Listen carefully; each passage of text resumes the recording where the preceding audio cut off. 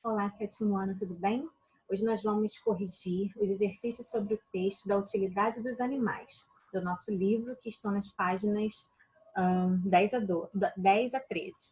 Na questão número 1, embora seja um texto predominantemente narrativo, o conto pode apresentar outros tipos textuais, como o dissertativo, isto é, a defesa de pontos de vista, o uso de argumentos para convencer o leitor a alguma coisa. Retire do primeiro parágrafo o argumento utilizado pela professora para convencer seus alunos de que devem proteger os animais. Então, lá no primeiro parágrafo, ela diz o seguinte: eles têm direito à vida, como nós, e além disso, são muito úteis. Esse foi o argumento que a professora utilizou para convencer seus alunos. Questão número 2.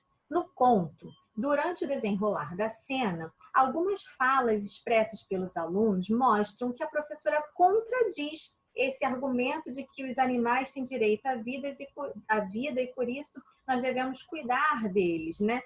Porque eles são muito úteis. Qual argumento, né, que ela contradiz, então?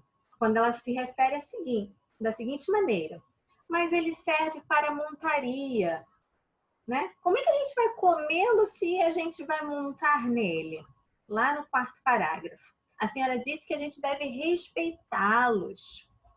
Entendi. A gente deve amar, respeitar, pelar e comer os animais. E aproveitar bem o pelo, o couro e os ossos. Então, ela diz uma coisa e depois ela se contradiz utilizando outro argumento, certo? Então, primeira coisa, o argumento que ela utilizou lá no primeiro parágrafo é de que nós devemos respeitar os animais, porque eles têm direito à vida. Mas depois ela diz o seguinte, né, que eles servem também como montaria, então os alunos ficam meio confusos, porque não sabem se devem respeitar os animais e protegê-los, pois têm direito à vida, ou se devem utilizar desses animais para comer, para vestir, né, e entre outras utilidades. Na questão número 3, no primeiro parágrafo do texto, podemos perceber duas vozes diferentes. A quem elas podem ser atribuídas? Na ordem que aparecem no texto. Ela seria atribuída ao aluno e à professora? Não. Ao narrador e ao autor? Também não. Ao narrador e à professora? Sim. Então, a resposta é a letra C. Número 4. Algumas obras literárias, como os poemas e até mesmo os contos, podem ser escritas a partir de um mote. O que é um mote, gente? Sublinhe isso aí nessa questão. O mote é um provérbio, um pensamento, uma frase retirada de algum livro, etc., que serve a um artista como ponto de partida para o desenvolvimento da sua obra, do seu texto. Até aí. Por essa razão, o mote muitas vezes resume toda a obra. Dentre as alternativas a seguir, indique aquela que poderia ter servido como mote para Carlos Drummond de Andrade, que é o autor do nosso texto da utilidade dos animais. Então, a resposta correta seria a letra B. Como podemos amar os animais se o violentamos e o matamos, né? São os dois argumentos que pesam durante toda a leitura desse conto. Quando a professora utiliza o argumento de que os animais têm direito à vida e depois que eles são úteis para nós, ela está se contradizendo, né? Nós temos aí dois pontos, dois argumentos diferentes para o mesmo ponto de vista. Na página 13, questão número 5, analise o trecho. Se vocês quiserem pintar a parede do quarto, escolham um pincel de texugo. Parece que é ótimo. Está lá no quinto parágrafo. Vou mostrar aqui para vocês o que é um texugo. É esse bichinho que vai aparecer aí na tela.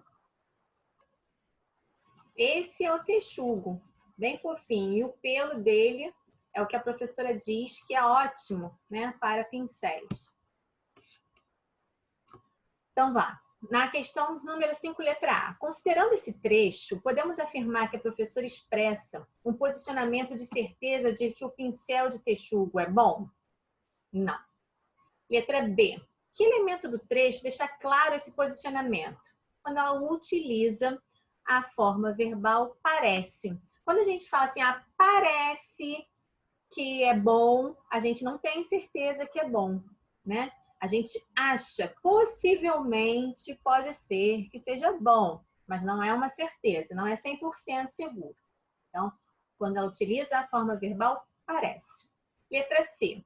A ambiguidade, e aí eu quero que vocês sublinhem isto aí na questão número 5, letra C. A ambiguidade é um fenômeno da linguagem que tanto pode enriquecer o texto, quanto pode gerar um problema de sentido, isto é, 2 ou mais significados. Até aí. Então, o que é ambiguidade, gente? É quando uma palavra ela possui mais de um sentido e que isso pode trazer certa confusão na hora de entendermos o texto.